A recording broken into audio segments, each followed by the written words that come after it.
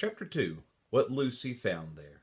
"Good evening," said Lucy, but the fawn was so busy picking up its parcels that at first it did not reply. When it had finished, it made her a little bow. Good evening," said the fawn. "Excuse me, I don't want to be inquisitive, but should I be right in thinking that you are a daughter of Eve?" "My name's Lucy," she said, not quite understanding him. "But you are, forgive me, you are what they call a girl?" asked the fawn. "Well, of course I'm a girl," said Lucy. "You're in fact human?" "Of course I'm human," said Lucy, still a little puzzled. "Now, to be sure," said the fawn. "How stupid of me. But I've never seen a son of Adam or a daughter of Eve before. I am delighted, that is to say—" And then it stopped, as if it had been going to say something it had not intended, but had remembered in time. Delighted," it went on. "Allow me to introduce myself. My name is Tumnus." "Well, I am pleased to meet you, Mr. Tumnus," said Lucy. "And may I ask, O Lucy, daughter of Eve," said Mr. Tumnus, "how have you come into Narnia?" "Narnia," said Lucy. "What's that?"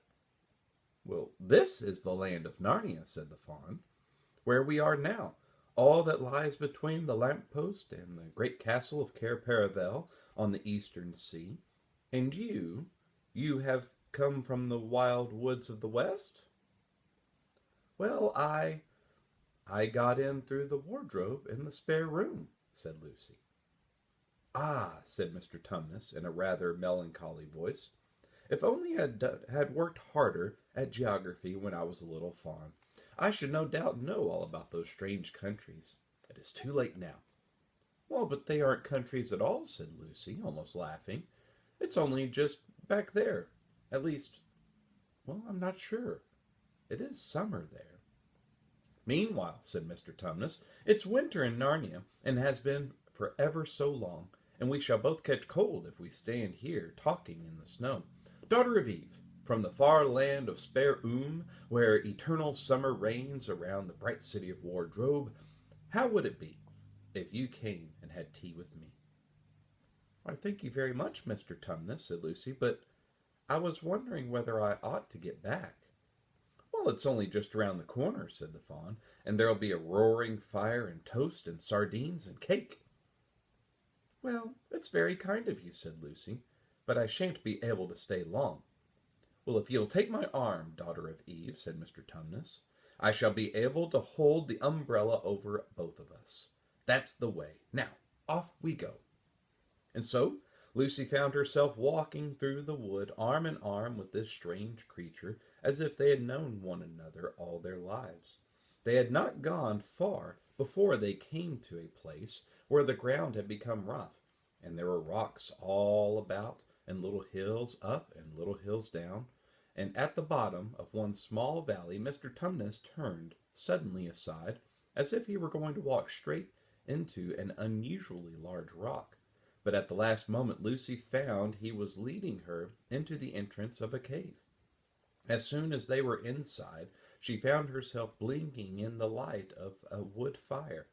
Then Mr. Tumnus stooped and took a flaming piece of wood out of the fire, with a neat little pair of tongs, and lit a lamp. "Now we shan't be long," he said, and immediately put a kettle on. Lucy thought she had never been in a nicer place. It was a little dry, clean cave of reddish stone, and with a carpet on the floor and two little chairs. "One for me and one for a friend," said Mr. Tumnus.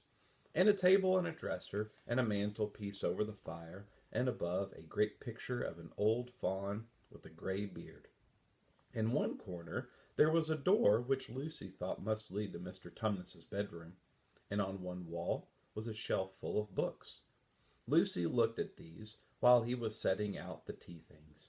They had titles like "The Life and Letters of Silenus the Nymphs, and Their Ways, or Men, Monks, and Gamekeepers, a Study in Popular Legend, or Is Man a Myth?" "Now, daughter of Eve," said the fawn. And really, it was wonderful tea. There was a nice brown egg, lightly boiled, for each of them, and then sardines on toast, and then buttered toast, and then toast with honey, and then a sugar-topped cake. And when Lucy was tired of eating, the fawn began to talk. He had wonderful tales to tell of life in the forest. He told about the midnight dances, and how the nymphs who lived in the wells and the dryads who lived in the trees came out to dance with the fawns, and about long hunting parties after the milk-white stag who could give you wishes if you caught him, about feasting and treasure-seeking with the wild red dwarfs in deep mines and caverns far beneath the forest floor, and then about summer, when the woods were green and old Silenus and his fat donkey would come to visit them, and sometimes Bacchus himself, and then the streams would run with wine instead of water, and the whole forest would give itself to jollification for weeks on end. Not that it isn't always winter now, he added gloomily. Then, to cheer himself up, he took out from its case on the dresser a strange little flute that looked as if it were made of straw, and began to play. And the tune he played made Lucy want to cry and laugh and dance and go to sleep all at the same time. It must have been hours later when she shook herself and said, "Oh, Mr. Tumnus, I'm so sorry to stop you, and I do love that tune, but really I must go home. I only meant to stay for a few minutes." "Well, it's no good to you now, you know," said the fawn, laying down its flute and shaking its head at her very sorrowfully. "No good?" said Lucy, jumping up and feeling rather frightened. "What do you mean? I've got to go home at once. The others will be wondering what has happened to me." But a moment later she asked, "Mr. Tumnus, whatever is the matter?"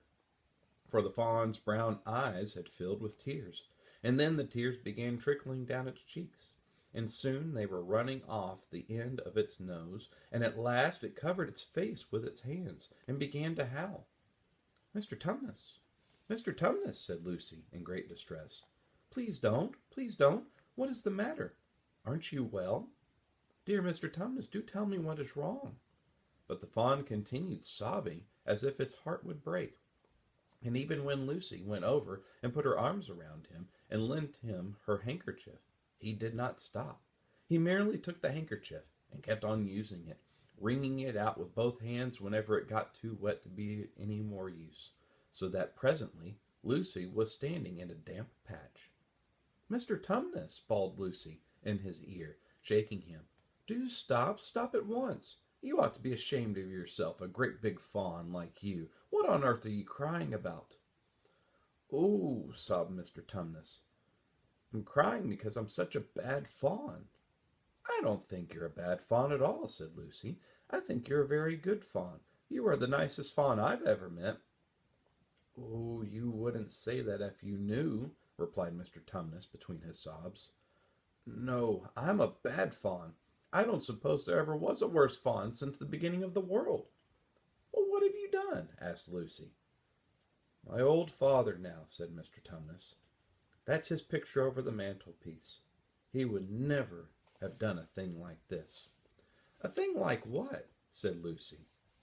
"Like what I've done," said the fawn. "Taken service under the White Witch. That's what I am. I'm in the pay of the White Witch." "The White Witch?" asked Lucy. "Who is she?" "Why, it is she that has got all Narnia under her thumb. It's she that makes it always winter and never Christmas. Think of that." "How awful," said Lucy. "But what does she pay you for?" "That's the worst of it," said Mr. Tumnus with a deep groan. "I'm a kidnapper for her. That's what I am. Look at me, daughter of Eve. Would you believe that I'm the sort of fawn to meet a poor innocent child in the wood, one that had never done me any harm, and pretended to be friendly with it, and invite it home to my cave, all for the sake of lulling it asleep, and then handing it over to the White Witch?" "No," said Lucy. "I'm sure you wouldn't do anything of the sort." "But I have," said the fawn. "Well," said Lucy rather slowly, for she wanted to be truthful and yet not be too hard on him. Well, that was pretty bad, but you're sorry for it, and I'm sure you will never do it again. Daughter of Eve, don't you understand? Said the fawn. It isn't something I have done. I'm doing it now, this very moment. What do you mean? Cried Lucy, turning very white. You are the child, said Tumnus. I had orders from the White Witch that if I ever saw a son of Adam or a daughter of Eve in the wood, I was to catch them and hand them over to her. And you are the first I ever met, and I've pretended to be your friend and ask you to tea, and all the time I've been meaning to wait until you were asleep and then go and tell her. Oh, but you won't, Mr. Tumnus, said Lucy. You won't, will you? Indeed, you really mustn't. And if I don't, he said, beginning to cry again, she's sure to find out, and she'll have my tail cut off and my horns sawn off and my beard plucked out, and she'll wave her wand over my beautiful cloven hooves and turn them into horrid solid hooves like a wretched horse's. And if she is extra and especially angry, she'll turn me into stone, and I shall be only a statue of a fawn in her horrible house until the 4 thrones at Cair Paravel are filled. And goodness knows when that will happen, or whether it will happen at all. I'm very sorry, Mr. Tumnus, said Lucy, but please, let me go home. Of course I will, said the fawn. Of course, I've got to. I see that now. I hadn't known that humans were like you before I met you. Of course, I can't have you up to the witch, not now that I know. But we must be off, and I'll see you back to the lamppost. I suppose you can find your way back from there to Spare and Wardrobe? Well, I'm sure I can, said Lucy. Well, we must go as quietly as we can, said Mr. Tumnus. The whole wood is full of her spies. Even some of the trees are on her side. They both got up and left the tea things on the table, and Mr. Tumnus once more put up his umbrella and gave Lucy his arm, and they went out into the snow. The journey back was not at all like the journey to the fawn's cave. They stole along as quickly as they could without speaking a word, and Mr. Tumnus kept to the darkest places. Lucy was relieved when they reached the lamppost again. Do you know your way home from here, daughter of Eve? Said Tumnus. Lucy looked very hard between the trees and could just see in the distance a patch of light that looked like daylight. Yes, she said, I can see the wardrobe door. Well, be off home quick as you can, said the fawn, and can you ever forgive me for what I meant to do? Why, of course I can, said Lucy, shaking him heartily by the hand, and I do hope that you won't get into dreadful trouble on my account. Farewell, daughter of Eve, he said. Perhaps I may keep the handkerchief? Rather, said Lucy, and then ran toward the far-off patch of daylight as quickly as her legs could carry her. And presently, instead of rough branches brushing past her, she felt coats, and instead of crunching snow under her feet, she felt wooden boards. And all at once she found herself jumping out of the wardrobe into the very same room from which the whole adventure had started. She shut the wardrobe door tightly behind her and looked around, panting for breath. It was still raining, and she could hear the voices of the others in the passage. I'm here, she shouted. I'm here. I've come back. I'm all right. And we'll pause right there for today.